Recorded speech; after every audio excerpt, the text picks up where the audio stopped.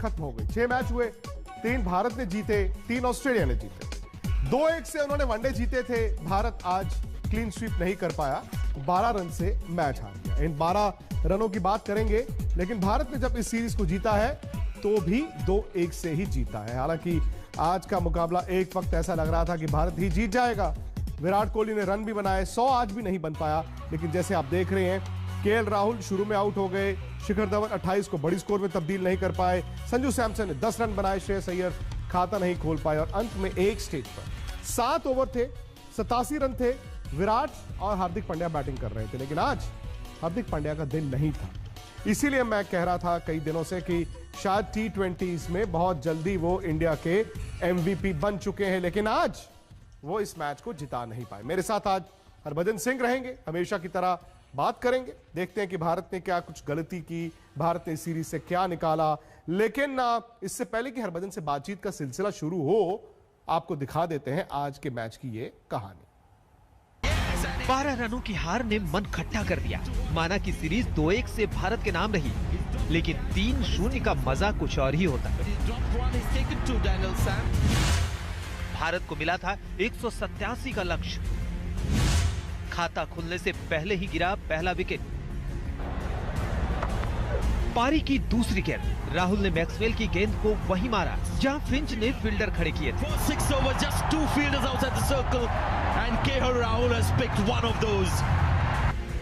खैर, विराट मूड में थे और शिखर भी सेट होते गए। किस्मत भी साथ देती रही। विराट के 2 कैच कंगारुओं ने छोड़े। इसके बाद तो विराट कहां छोड़ने वाले थे। शिखर के साथ उनकी 74 रनों की साझेदारी हुई।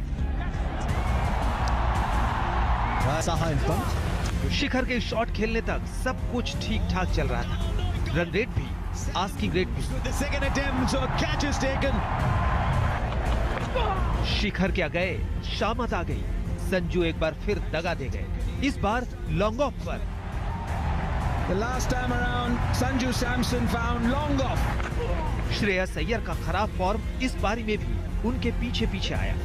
74 पर 1 से देखते ही देखते भारत 100 पर 4 हो गया।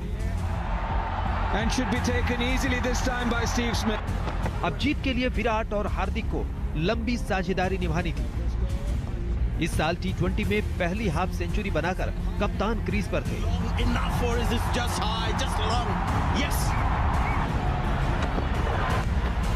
हार्दिक भी हल्ला बोलने वाले स्टाइल में ही आए थे, लेकिन आस्किंग रेट इतना बढ़ गया था कि हर बॉल पर लंबी हिट की जरूरत पड़ने लगी।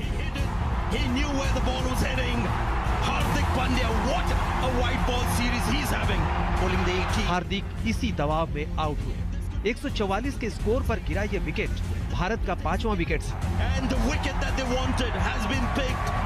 यहां से 17 गेंदों पर 43 रन चाहिए थे। हर गेंद के साथ धड़कनें बढ़ रही थी। विराट को ब्रेक फ्री होकर खेलना ही था, लेकिन ये गेंद फील्डर को चीर नहीं पाई। इसके साथ ही तय हो गया कि जीत भारत के दूर ही रहेगी।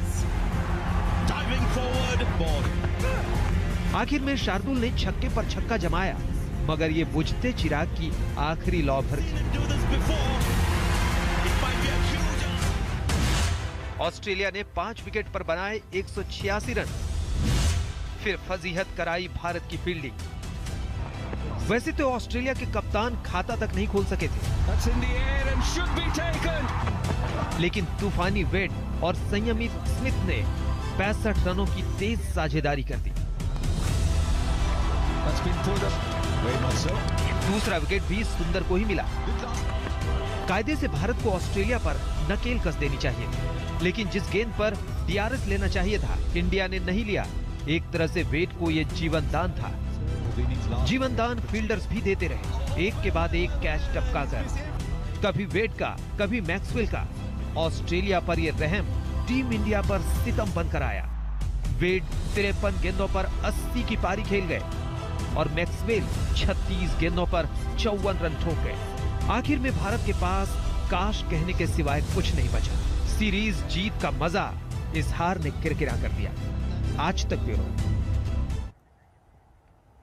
लेकिन हकीकत यह भी है कि जब भारत पहले 2 वनडे मैच हार गया था, किसी ने सोचा नहीं था कि T20 का फॉर्मेट भारत जीतेगा। अब कम से कम बराबरी तो है, हरभजन भी रहेंगे, लेकिन इससे पहले कि मैं आपसे भज्जू पूछूं आज के मैच के बारे में, 7 ओवर 87 रन, विराट तो ये मानते हैं कि उस वक्त तक इंडिया जीत रहा था, बस वहीं पर गड़बड़ हुई।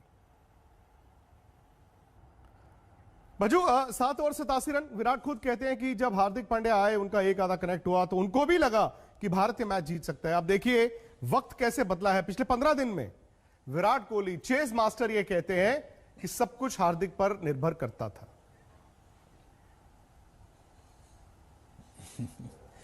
जी हाँ, बिल्कुल। देखिए, हार्दिक ने पिछले जिस लिहाज से बल्लेबाजी की है इस पूरे टूर्नामेंट में, वनडेयर्स में या फिर T20 में, तो वो एक उम्मीद जगाई हुई थी जब तक वो क्रीज पे थे। और विराट का खुद का भी मानना है कि जब तक हार्दिक पांड्या क्रीज पे थे तो उनको पता है कि ये बड़े शॉट्स लगा सकते हैं, उनमें वो काबिलियत है। तो 15 दिनों में काफ़ी हद तक जो है वो चेहरा बदल चुका है। जो आपने कहा है कि विराट कोहली अब खुद अपने ऊपर कम निर्भर और लेकिन सामने हार्दिक पांड्या के ऊपर शायद ज़्यादा निर्भर कर रहे थे कि जहाँ पे लगा कि हार्दिक पांड्या वो जॉब कर देंगे।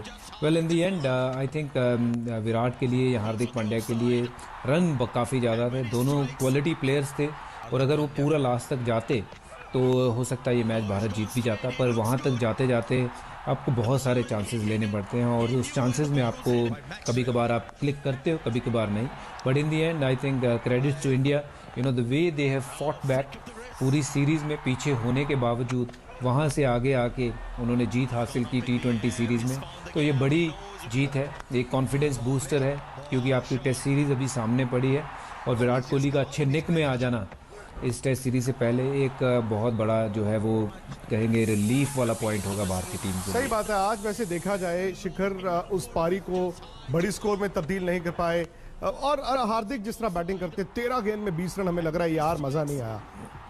शिखर धवन, KL राहुल और जैसे विराट ने कहा कि श्रेयस अय्यर और संजू सैमसन ने बीच में रन नहीं बनाए।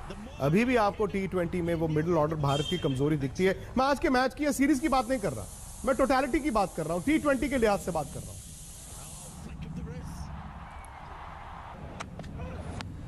देखिए, एक बात तो पक्की है कि आपके जो ऊपर रोहित शर्मा है और शिखर धवन की जोड़ी बड़ी तगड़ी है। मुझे लगता है, जो मेरा खुद का ओपिनियन है, कि वो जब दोनों इकट्ठे खेलते हैं बहुत तगड़ा खेलते हैं, बहुत अच्छा स्टार्ट भी देते हैं भारतीय टीम को। 3 नंबर पे विराट कोहली सेट हैं, और उनके बाद नंबर 4-5 स्लॉट अभी तक आपके पास कुछ परमानेंट उसका सोल्यूशन निकला नहीं है। आपने बहुत से यंगस्टर्स को ट्राई किया है और उन्होंने कई बार तो बहुत जो है परफॉर्मेंस तगड़ी करी है, बट कभी कभार उस पर खरे हुए नहीं उतरे हैं। तो मुझे लगता है कि समवन लाइक श्रेयस अय्यर, उनको लगातार मौके देने चाहिए, क्योंकि अगर उनको 4 से 5 करते रहोगे, 5 से फिर 4 लाओगे, तो कहीं ना कहीं आप उनके कॉन्फिडेंस के साथ या उनकी गेम के साथ भी खिलवाड़ कर रहे हैं। तो लगातार मौका दीजिए, जिस भी प्लेयर को आपने बनाना है उसको लगातार उस पोजीशन पे बल्लेबाजी कराइए। और मेरा ये मानना है कि ये संजू सैमसन या श्रेयस अय्यर बहुत अच्छे प्लेयर हैं, इनमें बहुत काबिलियत है, बट इनके साथ थोड़ा सा समय बिताना होगा भारतीय टीम को। इनको बताना होगा इनका रोल जो क्या है, और लंबे समय तक इनको खिलाना होगा। 5-7 मैच उनको लगातार एक पोजीशन पे खिलाएंगे तो अपना रोल जो है उनको समझने में आसानी होगी। नहीं तो वही हो जाएगा जो आपका मेन वर्ल्ड कप से पहले हुआ था, इसको भी खिलाया उसको भी खिलाया, कभी उसको ऊपर कभी उसको नीचे। नतीजा ये हुआ कि उस वक्त आप खाली हाथ गए थे। हालांकि सूर्य कुमार यादव पर भी सबकी नजर रहेगी। फील्डिंग को क्या हो गया? आपकी फील्डिंग और आपकी कैचिंग, अच्छा सिर्फ इंडिया की नहीं, ऑस्ट्रेलिया को भी वो इन्फेक्शन लग गई है, लेकिन इस तरह की फील्डिंग, इस तरह की कैचिंग मुझे नहीं याद पड़ता पिछले 20 साल में भारत ने की।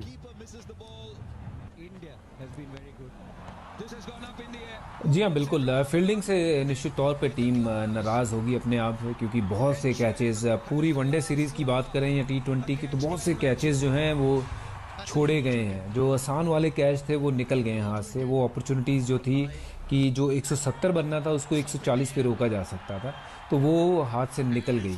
और बहुत बार इसमें तगड़े कैचेस भी पकड़े हैं। बट फील्डिंग ओवरऑल आपने कहा, दोनों टीम अपनी फील्डिंग में अपने आप से बात कर रही होंगी, ये सोच रही होंगी कि कैसे अपने स्तर को ऊपर दोबारा लेके आना है। नॉर्मली मैं देखता हूँ कि पिछले कई सालों से भारतीय टीम की फील्डिंग जो है वो बाकी टीमों के बराबर हो गई है, ऑस्ट्रेलिया या दक्षिण अफ्रीका के बराबर की हो गई है। बट इस सीरीज़ में पर्टिकुलरली मैं कहूँगा कि काफ़ी निराशाजनक जो है वो फील्डिंग रही है भारतीय टीम की और इवन ऑस्ट्रेलियन टीम की। तो कहीं ना कहीं भारतीय टीम ज़रूर चाहेगी टेस्ट मैचेस में हम कैचेस ना छोड़ें, क्योंकि टेस्ट मैच में अगर आप चांस देते हो किसी बल्लेबाज को, स्टीव स्मिथ जैसे बल्लेबाज को, तो वो फिर जल्दी आउट नहीं होते हैं ऑस्ट्रेलिया में। तो वो हमें गलती दोहरानी नहीं है टेस्ट मैच। सही बात है। और ये भी हैरानी होती है कि आपको याद होगा पिछले साल जॉन्टी रोड्स ने भारत के फील्डिंग कोच के लिए अप्लाई किया था, लेकिन उनको रिजेक्ट कर दिया गया था। खैर उस वक्त तो ये लगा था कि शायद रवि शास्त्री को भी बदला जाएगा, लेकिन वो आए तो उन्होंने कहा कि मैं टीम वही लाऊंगा जो मुझे मंजूर है। और नतीजा ये कि जॉन्टी रोड्स भारत के लिए नहीं बल्कि किंग्स 11 पंजाब की फील्डिंग कोच बने थे। और आपको याद होगा उनके खिलाड़ियों ने जो कैच पकड़े थे। फिलहाल ये भी आपको मैं बता दूं कि 3 दिन का मैच जो था आज इंडियंस का और ऑस्ट्रेलिया ए के साथ, वो ड्रॉ हो गया। लेकिन आज दूसरी पारी में भारत की बैटिंग कोलैप्स हुई। खैर हम बात करेंगे आज रात 8 बजे हमारे YouTube चैनल स्पोर्ट्स तक पर 5 मिलियन सब्सक्राइबर्स हो चुके हैं। आपने नहीं किया, सब्सक्राइब कीजिए, क्योंकि यहां पर आप सवाल पूछते हैं। और आज का मुद्दा यही है कि 3-3 की स्कोर लाइन तो है, लेकिन क्या यह भारत की ताकत की निशानी है? हार्दिक पांड्या का रोल, विराट कोहली का रोल, तमाम मुद्दों पर हम चर्चा करेंगे रात 8 बजे हमेशा की तरह आज का एजेंडा में। और उसके लिए आपको क्या करना है? आपको स्पोर्ट्स तक को सब्सक्राइब करना है, नोटिफिकेशन की घंटी बजानी है। और फिलहाल मुझे और हरभजन सिंह को यहां पर इजाजत दे दीजिए।